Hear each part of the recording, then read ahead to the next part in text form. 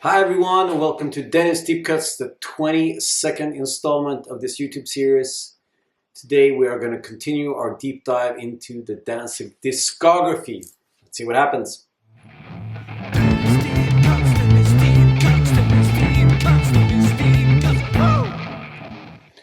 Alright, so we got 6 more Danzig records to go through, and it's going to be a blast. Tonight, the Fake Names Tour starts in New Jersey. Let's check out the tour dates here. If you want to come out and hang, that would be excellent. So hopefully I'll see you at one of these shows. But yeah, let's do the countdown. The top 6 Danzig records in his discography, their discography. Yeah, who knows? Let's see what happens. So on 6th place, you will find Danzig 5 Black Acid Devil from 1996. After the recording of Danzig 4, Chuck Biscuits exited the band, and they brought in Joey Castillo on drums. Great guy. I toured with him when he played drums in the Hives. He's also played in bands like such as Queens of the Stone Age and the Bronx and plenty of others. And at this time, I think he played in a hardcore band called Wasted Youth. And after the touring of Danzig 4, John Christ and Ari Vaughan decided that they've had enough, and they left, leaving Danzig pretty much without a band.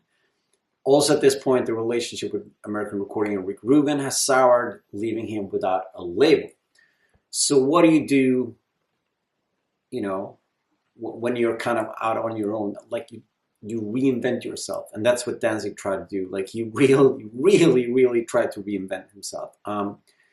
When this record came out, for a lot of people, it was a deal breaker because it was just so different. It's full of like drum and bass and techno drum parts. His voice has like weird distortion all over the place, and it's super influenced by the industrial rock scene that was happening at the time. I think it's a super ballsy move. I think it's a bold record, and I kind of love this record. I have to admit, when it first came out, I was like, I can't really get behind this. It's a bit weird, and I couldn't understand why Danzig would want to hide his vocals behind all these the distortion and vocal effects. But in hindsight, I think it's a super bold move. I mean, the only thing that's a bit weird is that if you read Ari Vaughan's excellent book, he says that for the first time, Danzig felt like he was being left behind a little bit. They went on tour, and they toured with a bunch of these like new metal, like industrial metal bands. And Danzig, I think he felt like, okay, this is something that we need to do. So it is the first record where Danzig is trying to kind of play catch up with what's going on in the world. But that being said, it's a super cool record. And I mean, maybe for the first time, he's going a little bit for style over substance, and the songwriting. The songwriting isn't that strong as on previous outings, but it's all about like the way the record feels and the way the record sounds. And I guess also the ending of the relationship with Rick Rubin made it feel like Glenn Danzig was like, so now I'm going to do a record the complete opposite way, because well, the Rubin productions are all very sparse and they're very separated. It's like, here's the drums, here's the bass, here's the guitars, here's the vocals. This record just sounds like someone went into the studio and said, just more of everything. And that's kind of what it sounds like. It's just more of everything. Everything is louder. Everything is bigger in the mix. Everything is more maxed out.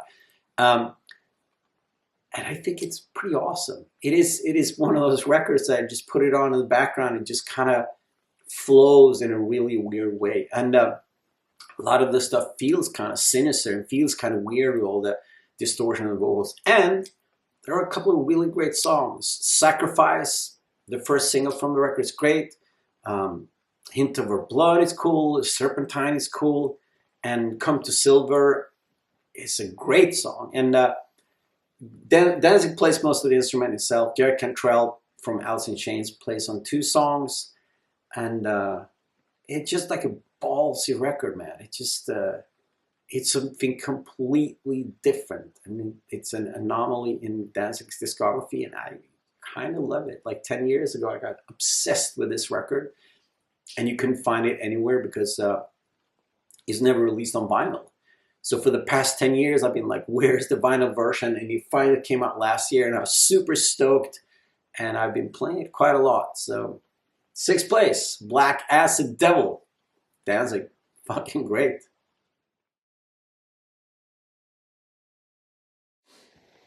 On 5th place, we have Danzig 666, Satan's Child from 1999. For this lineup, it's still just kind of Glenn Danzig and Joey C. They have a bass player called Lazy, but Glenn Danzig does all the guitars and samples and keyboards and whatever else he does. This record kind of gets lumped in with Danzig 5, Black Acid Devil, and people are like, oh, it's kind of the same. But I think this is a very, very different record. I think this record has very little of the like techno drum beats, because there's a lot of that on Black Acid Devil, and it has none of that. And yes, there are a couple of songs where he's toying around with vocal effects, and it has some percussive elements, kind of like that spices up the songs. But all in all, I think this is just a record that sounds like a modern metal record from 1999, like what metal sound like.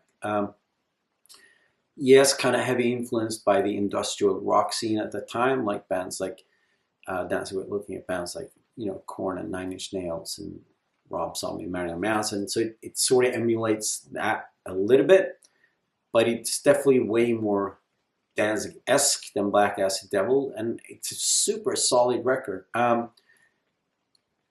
It has a couple of great songs, like Unspeakable is great, Five Fingers Crawl is great, and it has, I must say, like if you look at Danzig discography after the first 4 records, he's put out some cool records and some great tracks, but there are very few tracks on the later Danzig that would fit in or you know, have a place in the first 4 records.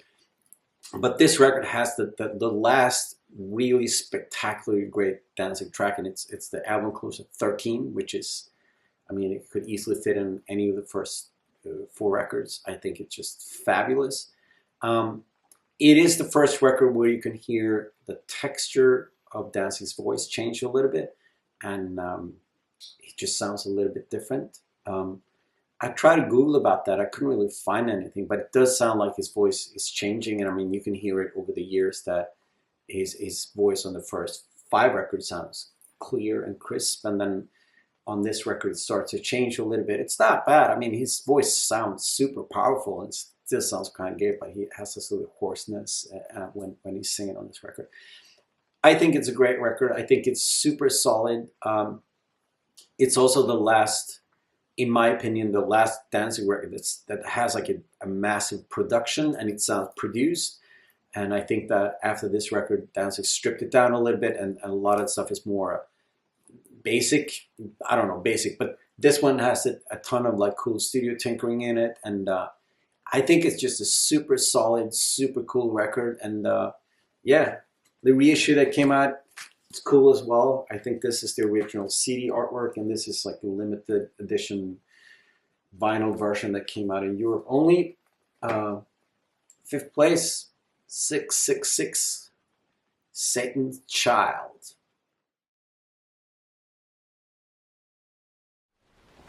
So, as you guessed, the first 4 Danzig records are the top 4 Danzig records.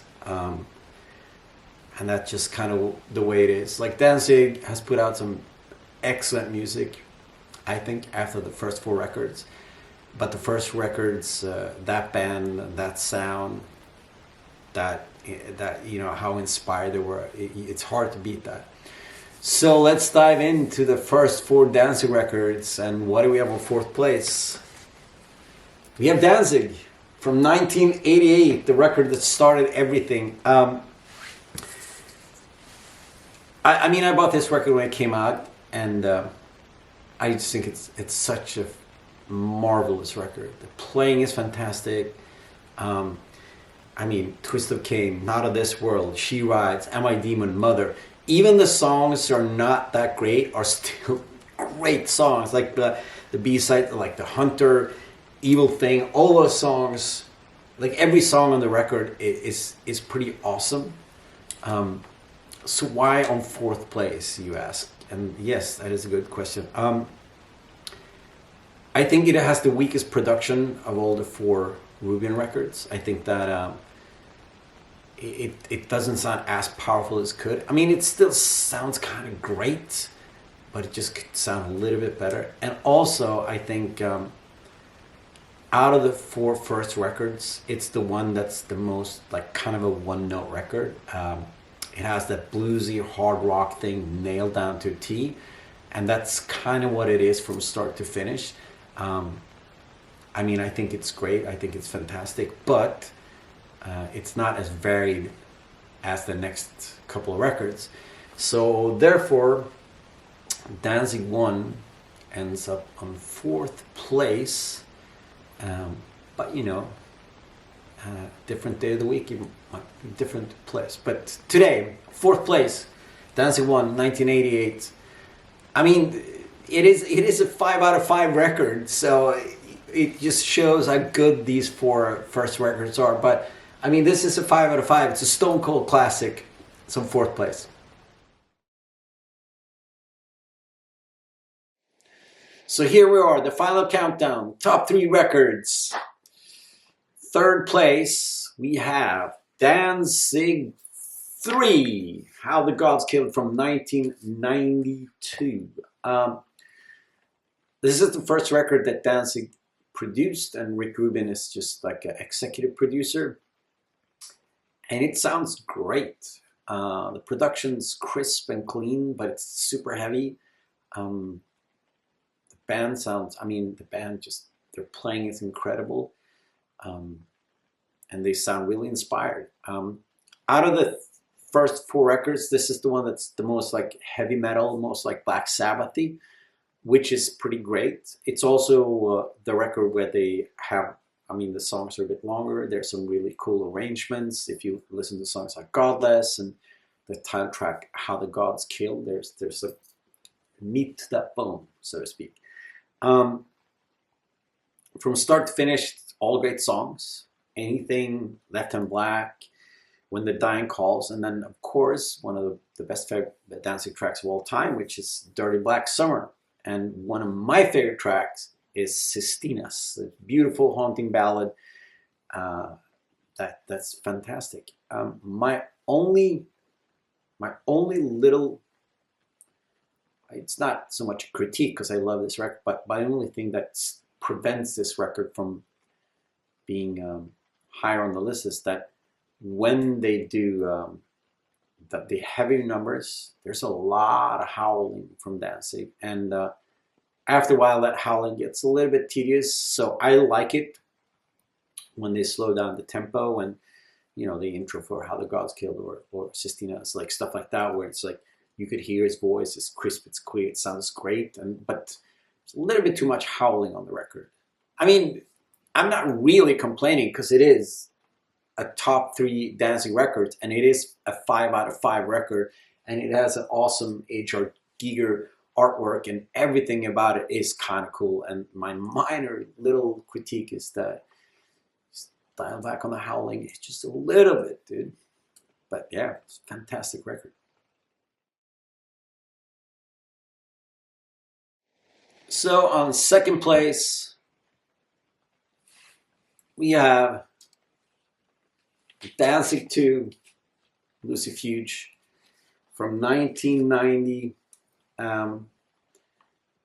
It's been interesting to, I mean, I've heard these records, I bought all these records when they came out, but it's been interesting to go into it with sort of a sense of like, not base these ideas on nostalgia, not base them on like how I felt when I heard, because then Danzig 1 would be the number 1 pick, but to base it on like just write down what are the great songs, like what are the productions sound like, what, you know, how do I feel when I listen to this record.